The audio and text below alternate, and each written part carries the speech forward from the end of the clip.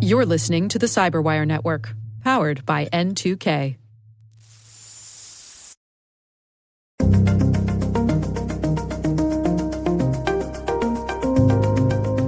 Armand, a bottle of wine, quickly. Perhaps a 69 Merlot? Hello, everyone, and welcome to a special edition of the Hacking Humans podcast, an occasional series we call Hacking Humans Goes to the Movies. I'm Dave Bittner, and joining me is my CyberWire colleague, Rick Howard. Hi, Rick. Hey, Dave. What's going on? On this show, Rick and I look at some of our favorite clips from cinema and television, clips which demonstrate some of the scams and schemes Joe Carrigan and I talk about on Hacking Humans. We've got some fun clips to share, so stay tuned. We'll be right back after this message from our show sponsor.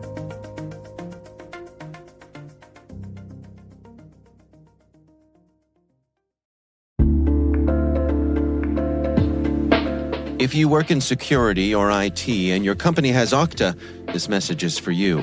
Have you noticed that for the past few years, the majority of data breaches and hacks you read about have something in common? It's employees. Hackers absolutely love exploiting vulnerable employee devices and credentials. But it doesn't have to be this way. Imagine a world where only secure devices can access your cloud apps. In this world, phished credentials are useless to hackers, and you can manage every OS, even Linux, from a single dashboard. Best of all, you can get employees to fix their own device security issues without creating more work for IT. The good news is you don't have to imagine this world. You can just start using Collide. Collide is a device trust solution for companies with Okta, and it ensures that if a device isn't trusted and secure, it can't log into your cloud apps. Visit collide.com/HHGTM to watch a demo and see how it works. That's KOLIDE.com/HHGTM. Hacking Humans Goes to the Movies. And we thank Collide for sponsoring our show. All right, we are back, and Rick, I have to say, when I was looking through the show notes and I saw the clip that you selected for this week's show, I got a big smile on my face. I think for nerds like us, you and I, and I say that in the most, in the most affectionate way. It doesn't get much better than this clip. So what do you got for us here, my friend? Well, I am in total agreement, David. And my clip this week is from the 1982 movie Star Trek, The Wrath of Khan.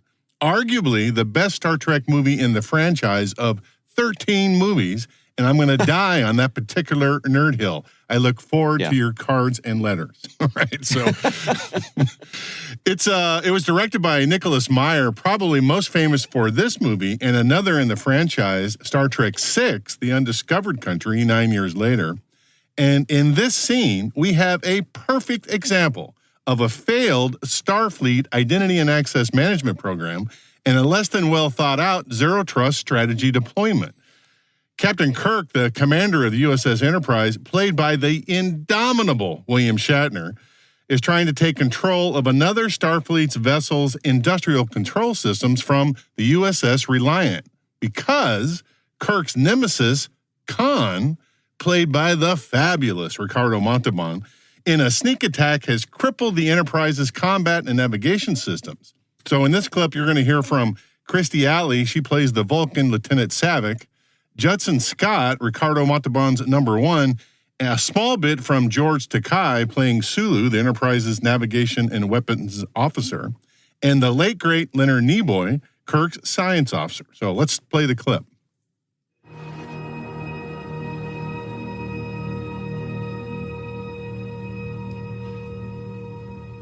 Khan, you still remember, Admiral. I cannot help but be touched. I, of course, remember you. What is the meaning of this attack? Where is the crew of the Reliant? Surely I have made my meaning plain. I mean to avenge. Does he look fabulous? Come on, that is amazing. I deprive your ship of power, and when I swing around, I mean to deprive you of your life. But I wanted you to know first who it was who had beaten you. Khan. If it's me you want, I'll have myself beamed aboard. Spare my crew. I make you a counter proposal. I'll agree to your terms if, in addition to yourself, you hand over to me all data and material regarding the project called Genesis. Genesis is the MacGuffin that they're all fighting for in this movie. Intelligence. Right. Give me some time to recall the data on our computers. I mean, it's really the plot of the next movie, right? Yeah, it is. So Kirk's looking around his crew on the bridge. Tells everybody to get off the bridge. Pretty beat up, too, right? Yeah, like it's smoke and came at him. Yep. At least we know he doesn't have Genesis. Keep nodding as though I'm still giving orders. Mr. Savick, punch up the data charts of Reliance Command Console. Reliance Command. Hurry. 45 seconds. The prefix code? That's all we've got. Fabulous. So we got a shot, time limit here. Yes, we do. What's up, sir? Admiral. We're finding it. Admiral. Please. Please, you've got to give us time. The bridge is smashed. The computer's inoperative. Time is a luxury you don't have, Admiral. Oh, the way Kirk plays a haphazard captain, he doesn't know what's going on. He's putting on his glasses to read the code. Admiral. It's coming through now, Com. Just buying time. The Reliance coming around to fire the next shot. Reliance prefix number is 16309. I don't understand. You have to learn why things work on a starship. Each ship has its own combination code. To prevent an enemy from doing what we're attempting. Using our console to order Reliant to lower her shield. Assuming he hasn't changed the combination, he's quite intelligent. 15 seconds, Admiral.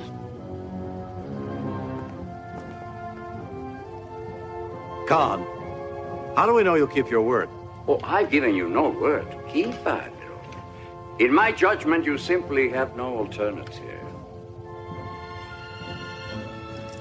I see your point. Stand by to receive our transmission. Lock phasers on target and await my command. Phasers locked. Time's up, Admiral. Here it comes. Now, Mr. Spock. They're entering the 5-digit password. Sir, our shields are dropping. Raise them! I can't! Where's the override? The override! Fire. Oh, yeah. Fire! The Enterprise dealing some justice here. Fire! Fire! We can't fire, sir! Why can't you? They've damaged the proton control and the warp drive. We must withdraw. No! No! We must!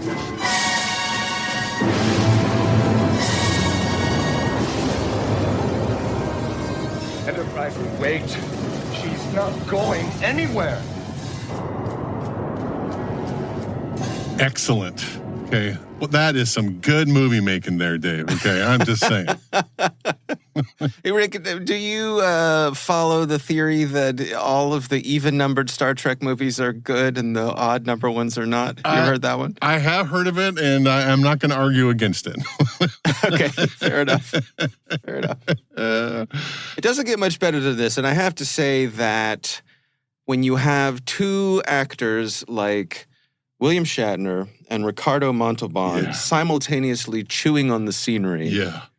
Right? All you need is Christopher Walken, and you rip a hole in the space-time continuum, but this is so good. It's such a great movie. Unpack it for us here. What's going on from a security point of view? Well, I got three things to note here. So ultimately, the good guys won here, but the Federation's InfoSec program is, not that good, I'm afraid. Okay, so, first, it has a flawed zero trust policy that allows every ship's captain to possess the password to every other ship in the fleet.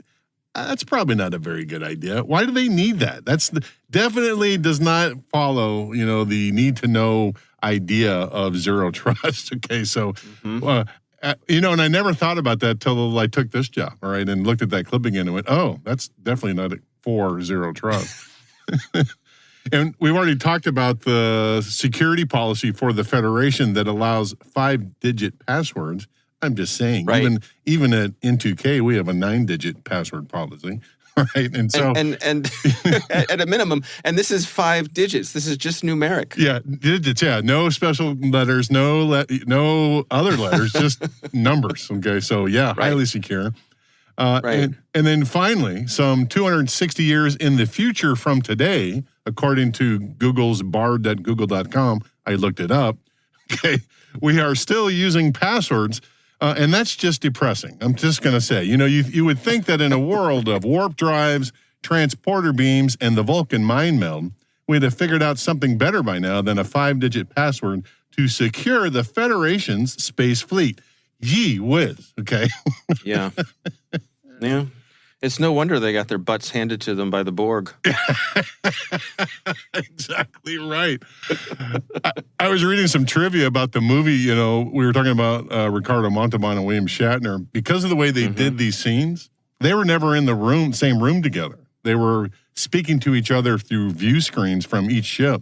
So they were acting by themselves in an empty room, and then they put it all together for the movie. So that's a shame. I can't imagine how even better the whole movie would be if those two guys were on the same set, reacting to each other. Yeah. I wonder, this movie was made in 1982, right? Yeah. Same summer that Raiders of the Lost Ark came out. Yeah. Good summer for movies. My goodness, yeah, we were so spoiled. Right? Yeah. When you look at the state of where we were with computers, so we're still in the leading edge of the 8-bit computer era. Mm-hmm. Most people's computers aren't hooked up to anything resembling a network. You might have a 300 or 1200 baud modem. Maybe, yeah. Chances are there is nothing on your computer that is password protected. No. There's no login on your computer. You power it up, BASIC pops up, and you start going through your floppy drives. You thought you were fancy back then if you got to the command line and did a dir command, a directory command. Right. So is this, for its time, would a viewer of this have considered it to be advanced technology? Oh, of course. Okay, that's what's fun about coming back to this movie so many years ago, all right? Yeah. But I think the dichotomy, though, is that for a science fiction show, they can dream up, warp drive, okay, and we're going to be able to travel fast or almost faster than light speed, but they put no thought into the actual security part of it. We're just going to do what we're doing today. I just love that. Okay, it makes it even more charming. Okay, as a movie. Yeah, what is they call it? Yesterday's view of tomorrow. Yeah. Yeah. That's very good. Yeah. All right. Well, it doesn't get much better than that. And now that I'm thinking about this, I probably should have let you go second. Because... No, your clip. I love your clip, okay? There's some great people in this. I can't hardly wait to talk about it. Okay. So my movie this week, this is a film called HEARTBREAKERS. And this is a 2001... Wikipedia calls it an American romantic crime comedy. Okay. So that's a blend, yeah. right? What is that? Directed by David Merkin, starring Sigourney Weaver, Jennifer Love Hewitt, Ray Liotta, Jason Lee, and the great Gene Hackman. Wow. What a cast. My goodness. Yeah. There's a small appearance by Anne Bancroft. Evidently, this was her last film appearance before she passed away a couple years later. Wow. I was not aware of this film. I wasn't either. It got mixed reviews, and Roger Ebert loved it. Well, he gave it 3 out of 4 stars and said basically that the film accomplishes what it sets out to do, which is to make you laugh as a comedy. And I think that I could see why that happens. But let me dig into what this is about. So this is about a mother-daughter con artist team, and that's Max and Paige Connors, and that's the couple played by Sigourney Weaver. She plays the mom, and Jennifer Love Hewitt is her daughter.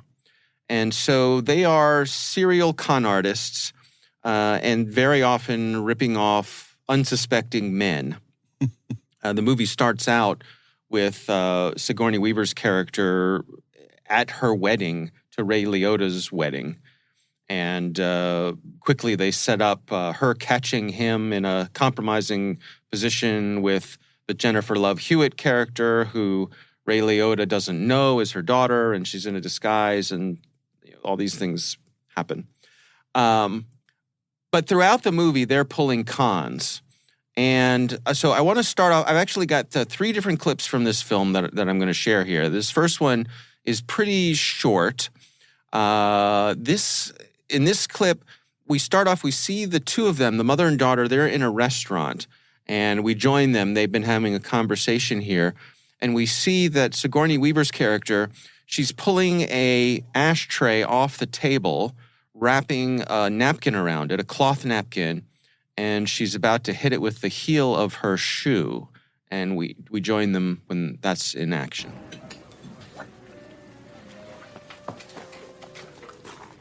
They're in a fancy restaurant. She breaks the ashtray and she sprinkles the glass on her dinner plate. Oh, my Lord! Ew! Oh, What seems to be the problem, madam? well, I was just about to take a bite and I saw glass. Look! I am so sorry, ma'am. This has never happened. Of course, your meal is complimentary. Armand, a bottle of wine, quickly. Perhaps a 69 Merlot? Perfect. So, right?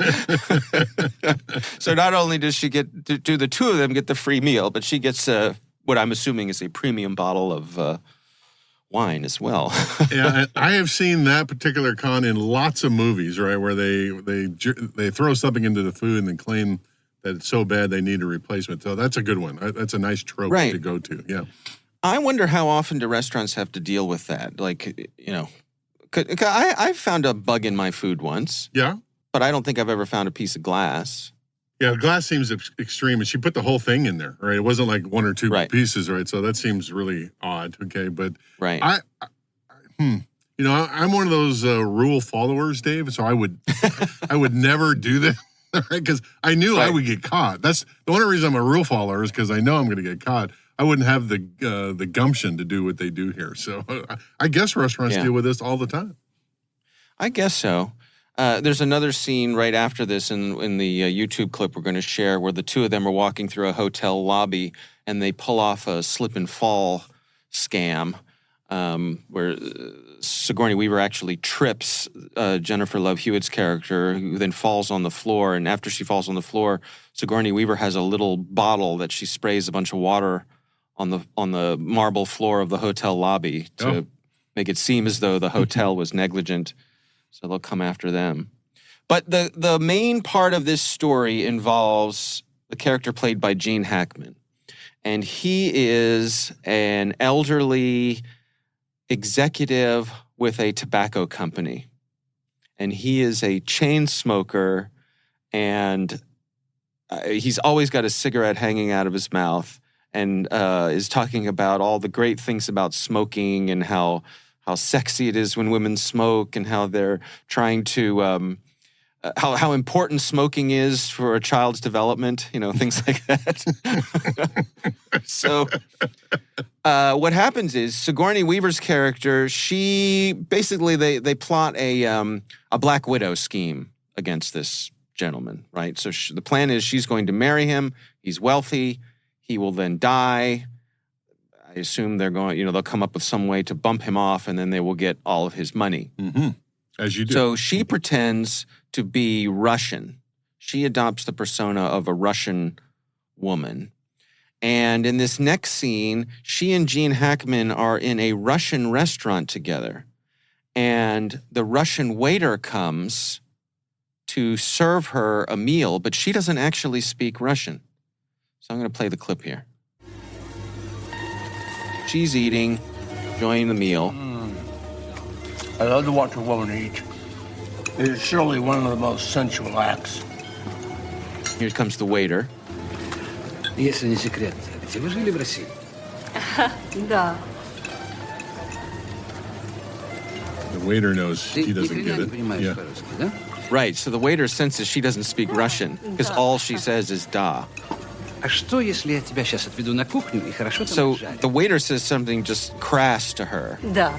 And she says, yes, yes. It's such So- joy to hear my native tongue again.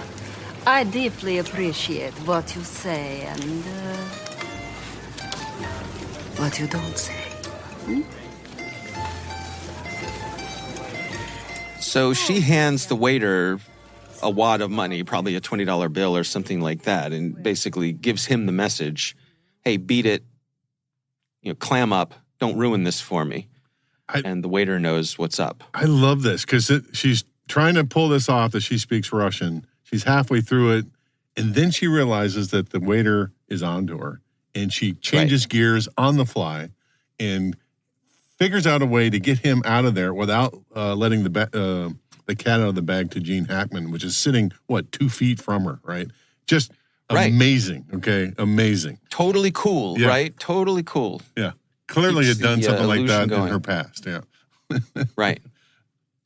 So the last scene I'm going to share here, this is where Gene Hackman gives her a gift, and we'll take it from there. They're back at Gene Hackman's house, and she is taking a nap, and Gene Hackman comes up to her with a gift, and I think at first she's hoping that the gift is an engagement ring, but it turns out it's a cigarette lighter. Okay. Okay. Gene with a cigarette in his mouth again. I have a gift for you. A gift? A gift? Oh. Oh. A personal fire device. I'm not insisting you take up smoking, but I thought it would give you some incentive. There is nothing sexier than smoke billowing proudly out of a woman's hot red, engorged nostrils.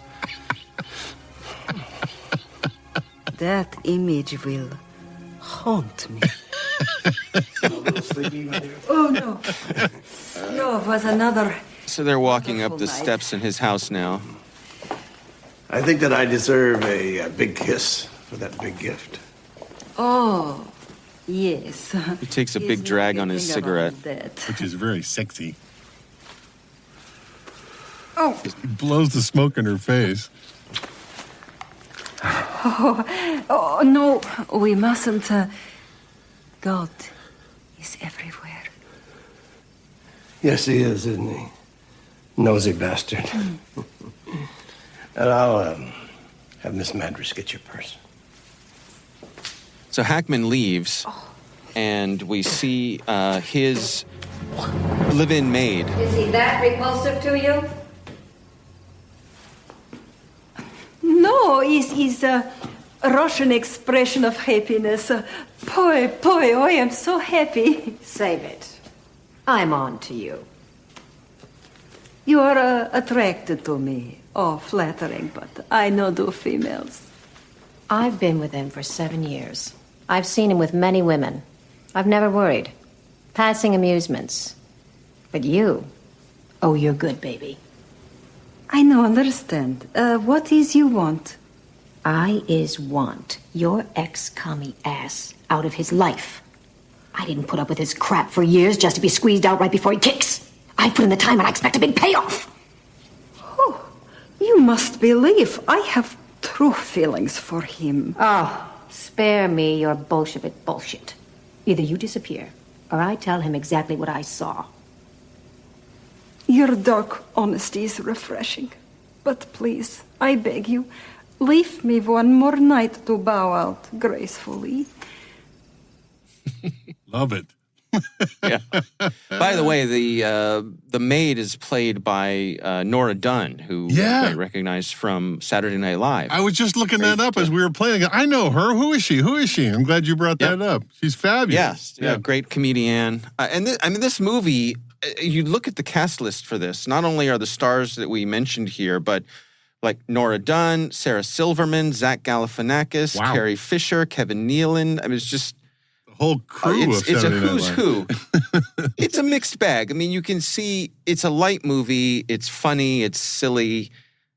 It's not great, but if you were looking for something entertaining for an evening, you just wanted to have a few laughs and suspend your disbelief, this may be a good film. So what do you make of this? I would just say, Dave, that, I became aware of Sigourney Weaver, when she did Alien back in 1979. And for men of a particular age, like we are, okay, that was prime science fiction stuff on the movie theater screens, right? And I have been in love with Sigourney Weaver ever since then. In fact, my daughter and I just watched the Aliens, the sequel to it, which is still excellent, right? And so anything that she does, I'm going to be there. Okay, so I'm with you. And as you say, Aliens were, talk about setting the mold for the strong female character in a movie, the strong female lead. She certainly does that. And then, of course, Ghostbusters, Avatar. What's the one she did with Harrison Ford where she was the boss? Working Women, I think is... Working Girl. Yeah, Working Girl, yeah. Yeah, Working Girl. Mm-hmm. Yeah, so many movies, but you're right. Phenomenal actress, but also just a beautiful woman. No doubt about it. And Gene Hackman, okay, come on, he's done some of the best movies we've had in our lifetimes, Dave, right? And he usually plays the strong, badass, kick-ass kind of guy, right? And it's fun to watch him here playing this creepy old dude running a tobacco company who's, I don't know. It's just fun to watch him, stretch a little bit. So totally, I can see where I would love this movie. It's one of those movies where it just seems like everybody's having a good time. Yeah. And to a certain degree, they're probably winking at the camera a little bit, but not too much. Yeah, totally good. Good recommendation. That's a great pick. Yeah. All right. Again, that's Heartbreakers. It's a movie from 2001.